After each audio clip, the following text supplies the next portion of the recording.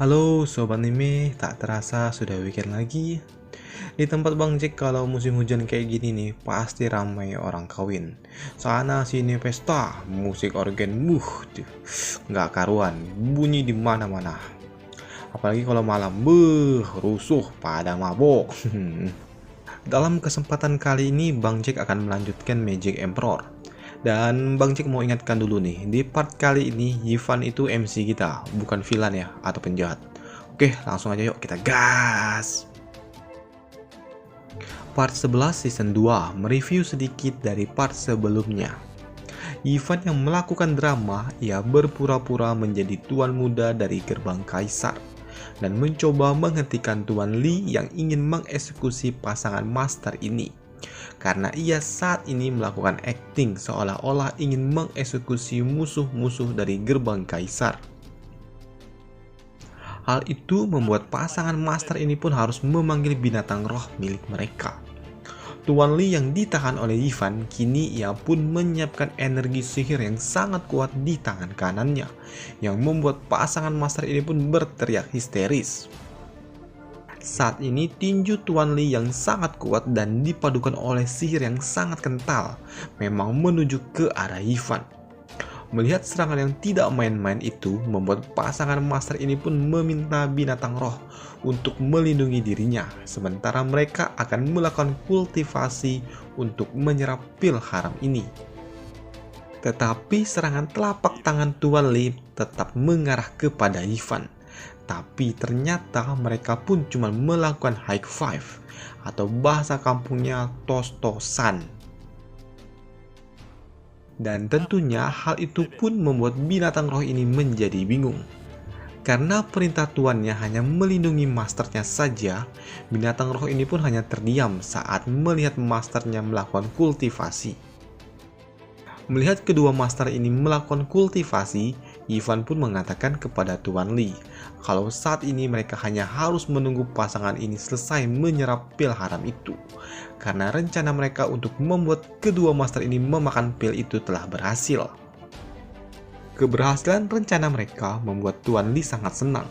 Ia memuji Yivan kalau dirinya sangat cerdas dan mengatakan kalau Yivan ini tidak kalah dari peramal dewa karena dapat membuat pasangan master ini pun memakan pil haram itu, mengingat kedua orang ini merupakan orang yang sangat berhati-hati serta sangat sulit untuk ditangani. Tapi Yivan pun menolak dipanggil peramal dewa. Ia hanya mengatakan kalau dirinya hanya membimbing mereka. Ia juga mengatakan semakin berbahaya situasinya, maka sekuat apapun orang itu, sewaspada pun orang itu, pasti akan meninggalkan celah. Celah itulah yang akan dimanfaatkan oleh Yivan, yang membuat kedua master ini pun harus memakan pil haram itu, dan mau tidak mau hal itu benar-benar terjadi. Yang mengerikannya lagi, bahkan mereka pun tidak tahu apa yang mereka makan. Tuan Li yang mendengar itu, ia pun sangat kagum, karena Yivan penuh dengan metode yang sangat aneh, licik dan penuh konspirasi. Dan hal itu pun yang membuat dirinya pun sulit untuk dilawan. Dan orang-orang seperti ini sangat langka di zaman seperti ini. Yivan kini pun bertanya metode seperti apa yang dilakukan oleh gerbang kaisar saat ingin menaklukkan mereka berdua.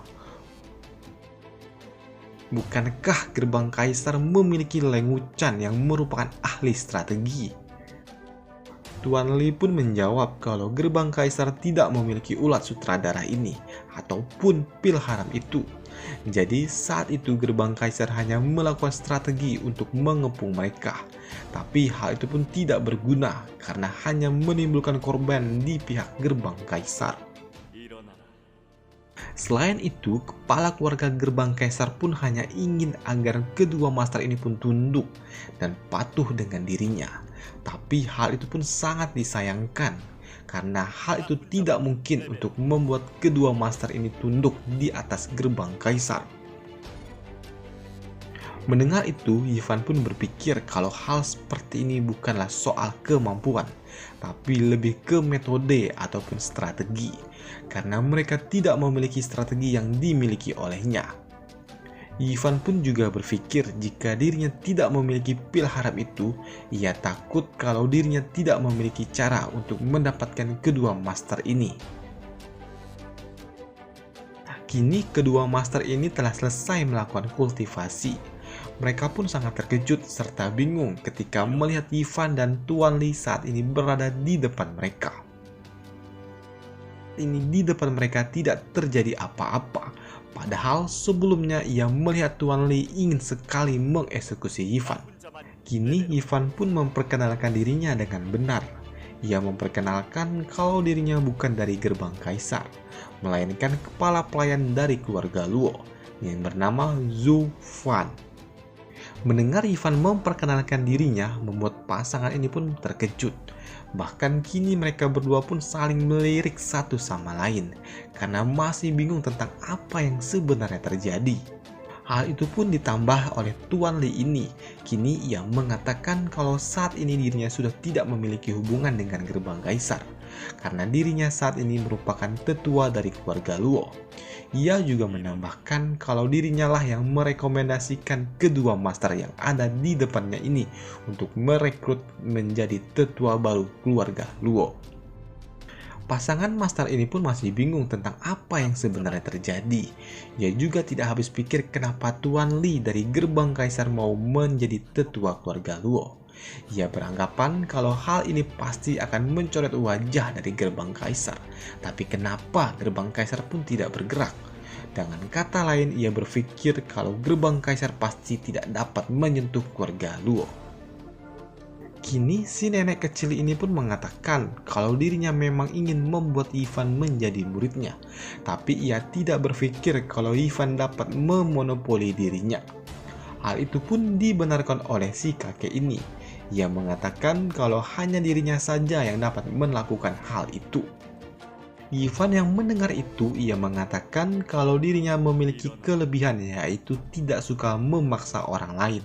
Tapi ia juga memiliki kekurangan, yaitu ia harus mendapatkan apa yang ia inginkan. Jika tidak, ia akan menghancurkannya. Kini Ivan pun menggerakkan jarinya, dan seketika pasangan master ini pun mengeluarkan darah segar dari mulut mereka. Melihat tuannya terluka, binatang roh ini pun ingin mencoba menyerang Ivan. Tapi Ivan pun memperingati agar binatang ini untuk duduk dengan tenang. Jika tidak, ia memperingatkan kalau kalian akan memungut tubuh dari tuan kalian. Dan kini Ivan pun kembali menggerakkan jarinya yang membuat ada suara teriakan kesakitan dari kedua master itu. Tuan Li yang melihat itu, ia berbicara di dalam hatinya kalau metode yang dilakukan Ivan ini sangat kejam dan tidak manusiawi. Kini Ivan pun berjalan ke arah kedua master itu. Ivan yang mendekat, ia mengatakan kalau mereka bergabung dengan keluarga Luo, maka mereka akan tapi. Perkataan Ivan pun langsung saja dipotong oleh si nenek. Ia bertanya apa yang sebenarnya Ivan kasih kepada mereka. Ivan dengan badas, ia mengatakan kalau itu adalah sesuatu yang akan membuat mereka tidak memiliki pilihan itu. Pasangan lansia ini pun tidak habis pikir bahwa kini hidup mereka pun sudah berada di tangan si anak kecil ini. Setelah menyiksa mereka beberapa kali, kini Ivan pun kembali bertanya apakah mereka akan merubah pikirannya untuk bergabung dengan keluarga Luo. Mereka berdua yang tidak sadar dengan keadaan masih tetap saja menolak. Mereka beranggapan kalau mereka tidak akan menyerah dengan keputusannya dan tidak akan pernah dipermainkan oleh anak kecil. Ivan yang mendengar itu, ia mengatakan kalau dirinya mengundang mereka untuk masuk ke keluarga Luo dan tidak memiliki maksud untuk menghina mereka. Tapi jika mereka masih tidak percaya, mereka dapat bertanya kepada Tuan Li. Tuan Li yang mereka kenal sangat keras kepala, kini mengatakan kalau Ivan memperlakukan dirinya dengan sangat baik di keluarga Luo dan ia sangat menghormatinya. Tapi memang terkadang ia harus didorong dalam kondisi yang sama seperti mereka dan tidak memiliki pilihan selain mengikuti maunya Ivan. Bahkan hal itu pun tidak pernah ia dapatkan di gerbang kaisar. Tetapi mereka berdua ini masih kekeh dengan pendiriannya dan menolak tawaran itu. Ivan yang kesal, ia pun terdiam sejenak. Kini ia pun menatap dengan tatapan kesalnya. Dengan mengatakan karena kalian tidak sadar dengan situasinya, ia akan memperlakukan mereka dengan sangat baik. Kini Ivan pun menggerakkan jari telunjuknya yang membuat kini tulang-tulang dari kakek dan si nenek ini pun hancur berantakan. Dan tentu hal itu pun membuatkan rasa sakit yang sangat-sangat luar biasa. Tuan Li yang melihat itu ia sangat terkejut, bahkan kini ia pun keringat dingin. Ia berbicara di dalam hati kalau mereka tidak mau menerima permintaan Ivan, yang menunggu mereka hanyalah siksaan yang sangat brutal, yang tidak ada habisnya. Binatang roh ini pun mencoba menyelamatkan tuannya, tapi ia pun langsung dihadang oleh Tuan Li. Ivan yang melihat itu, ia mengatakan kalau binatang tetaplah binatang. Kini ia kembali menjentikan jarinya, yang membuat pasangan ini pun lagi-lagi memuntahkan darah.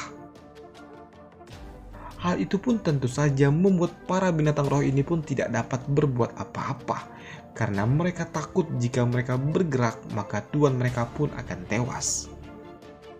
Kini Ivan pun meminta para binatang itu untuk segera duduk, atau ia akan mengeksekusi tuan mereka.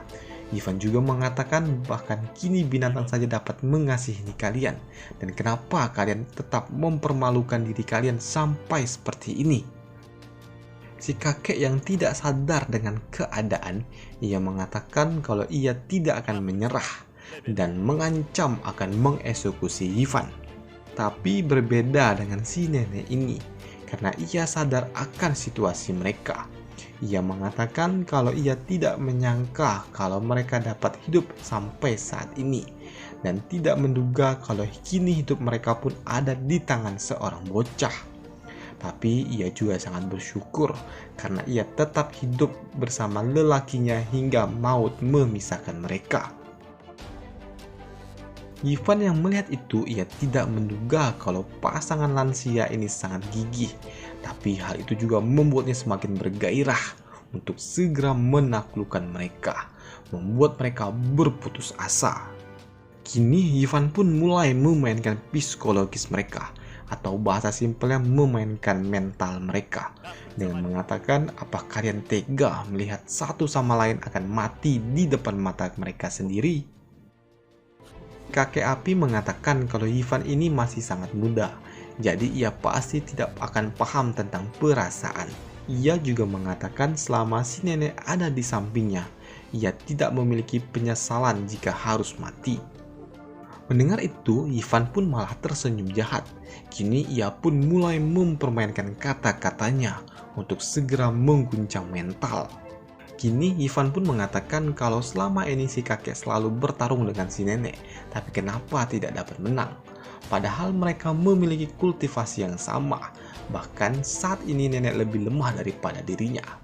Ia tetap tidak dapat menang karena terlalu mementingkan perasaan.